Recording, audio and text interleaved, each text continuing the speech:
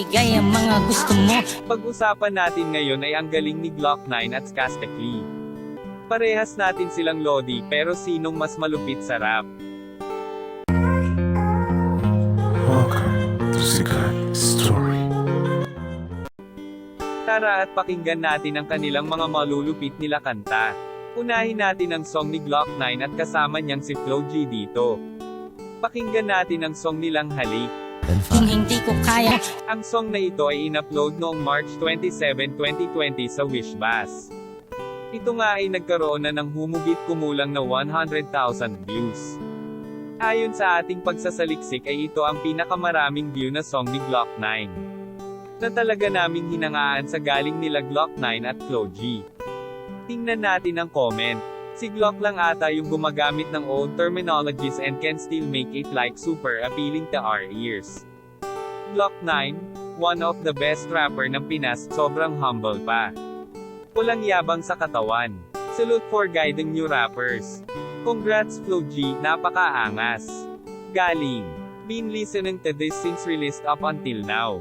Na-realize ko lang ang fair ng hatian nila ng lines, walang sapawan, ang galing parehas kuminang.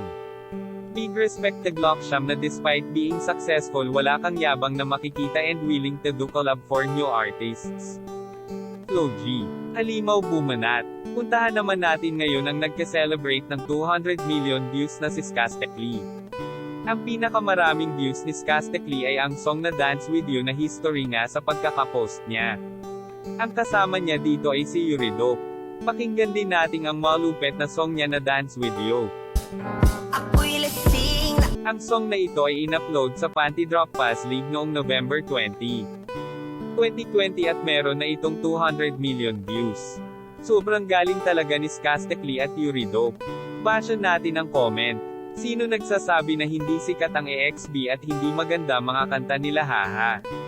First 200M in OPM paano ba yan? 200M congrats kakaiyak sobrang fan ako. Patuloy lang one and only Skastek Lee. Nag-iisang nakagawa ng sunod-sunod na hit na 100 plus million views. Tatak na to magpakailanman, Skastek the one and only malakas pagdating sa paghakot ng mga views sa YouTube as artist. Grabe masyadong ginalingan nila parehas. Sinong favorite nyong artist? Comment nyo sa ibaba. Yan lang ang ating mainit na chika. Halina't mag-like, share and subscribe. Thank you.